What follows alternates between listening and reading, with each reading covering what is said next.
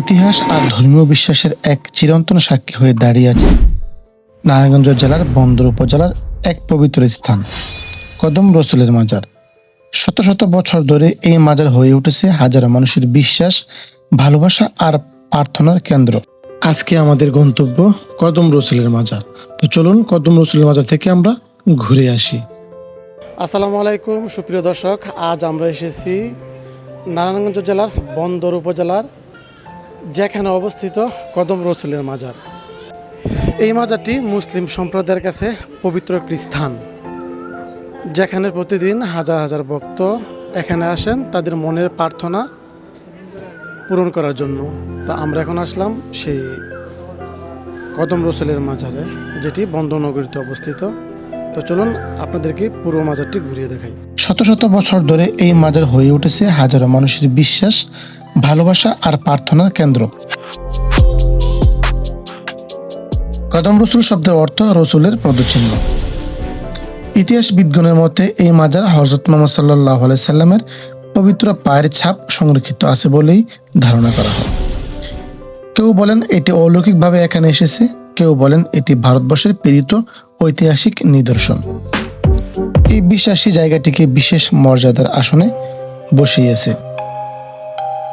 মাজারটি দেখতে খুবই ছোট কিন্তু দৃষ্টিনন্দন স্থাপনা।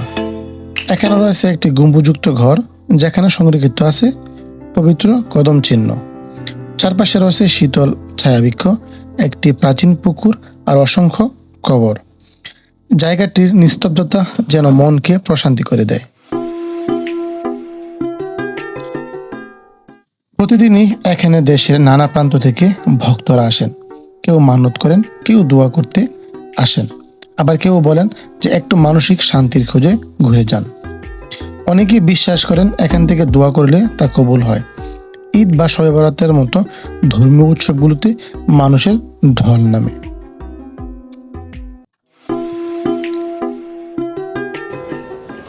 সুপ্রিয় দর্শক, এই মাজারে কিন্তু অনেকেই ঘুরতে আসে, অনেকেই মাজার জিয়ারত করার জন্য আসে। তো আমার সামনে একজন দর্শনার্থী, উনি এখানে আসছেন মাজারটি দেখার জন্য। তো ভাইয়ের কাছে প্রশ্ন, যে মাজারটা আপনার কাছে কেমন লাগছে দেখতে? আসসালামু আলাইকুম ভাই, মাজারে আসছিলাম দেখার জন্য। যে মাজারটাই আমার অনেক সুন্দর লাগছে, অনেক আগে এই মাজারের নাম শুনছি, তাই আসছিলাম দেখার জন্য মাজারটি কীরকম দেখতে। দেখে ভালো লাগলো, ভালো পরিবেশ, ভালো। এই মাজার কেবল ধর্মীয় স্থান নয়, বরং এলাকার সামাজিক ও সাংস্কৃতিক জীবনের অংশ। আশেপাশে গড়ে উঠেছে হালকা খাবারের দোকান, ইসলামিক বইপত্রের দোকান। স্থানীয়রা বলেন ছোটবেলা থেকেই এই জায়গাটি তাদের আত্মিক টান।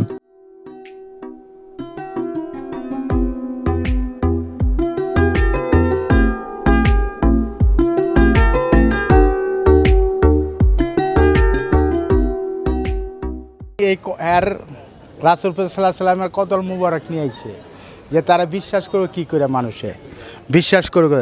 তখন এই হার কদম মুবারক নিয়ে আইছে খরম।